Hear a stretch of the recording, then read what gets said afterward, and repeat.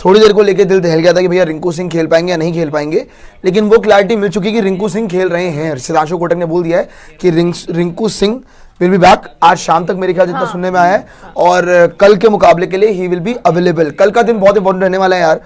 कल दोपहर में तय हो जाएगा कि शाम का मैच हमें देखना चाहिए या नहीं। देखेंगे तो सही, लेकिन कल जैसे मैंने पाकिस्तान की परफॉर्मेंस देखी तो मेरे को नहीं समझ आया कि बड़े मियाँ तो बड़े मियाँ, छोटे मियाँ सुभान अल्लाह।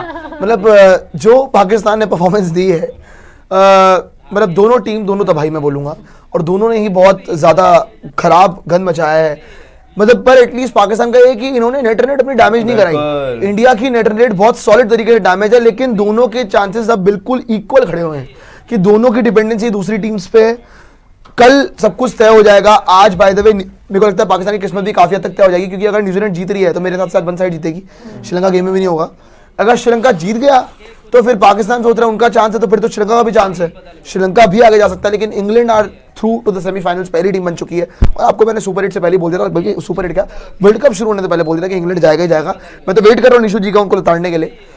जैसे उन्होंने वैसे बहस करी थी कि इंग्लैंड नहीं जाएगा, तो अब बात कर लेंगे, शायद उनकी न्यूजीलैंड पे चले जाए और हम दोनों की बात ठीक हो जाए। उन्होंने बोला था न्यूजीलैंड, मैंने बोला था इंग्लैंड, दोनों चली गई पाकिस्तान बाहर, यही पॉसिबिलिटी है। तो अब देखते हैं किस तरह से, क्या कह रहा है, श्रीलंका आ रही है, तो इसमें यूं क्या जी। कल आपने बहुत गंदा गाया मेरे को, आपने पहली बार जिंदगी में ऑफ बीट करा था आपको।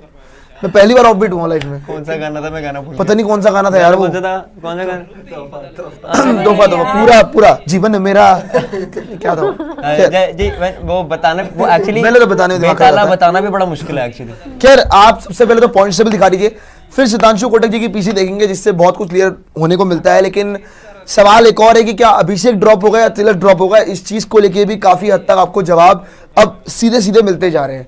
अगर आप यहाँ पे देखेंगे पूरा का पूरा points table, West Indies at number 1, number 2 पे साउथ अफ्रीका, और कल एक्चुअली क्लैश ऑफ जायंट्स है।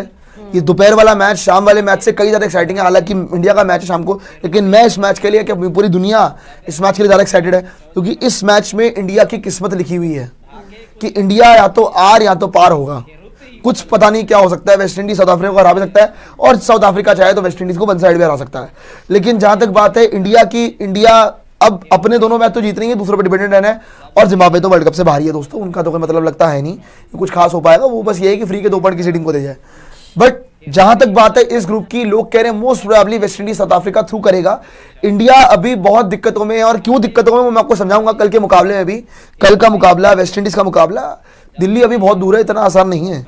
अगर दूसरा ग्रुप देखेंगे तो नहीं, दिल्ली अभी बहुत दूर है, मतलब मैंने मुहावरा बोला है, मैंने ऐसे नहीं बोला, दिल्ली कैपिटल्स नहीं बोला, सॉरी जी। आगे आ जाइए जी जी जी जी जी जी, आप मैसेज कर दिया कीजिए।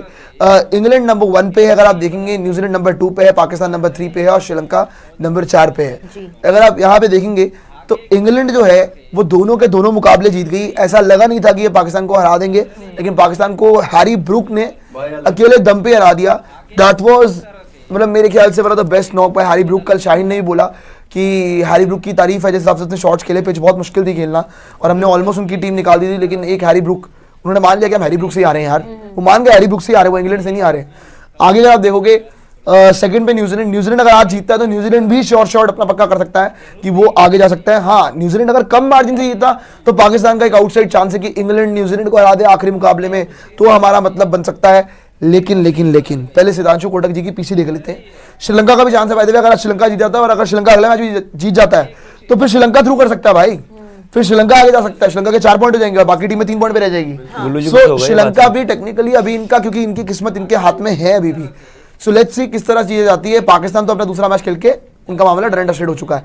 खैर अब आ जाइए सिद्धांशु कोटक जी की पीसी पे, जिसमें बहुत सारी चीजें क्लियर होती हैं, कौन खेलेगा कौन नहीं खेलेगा।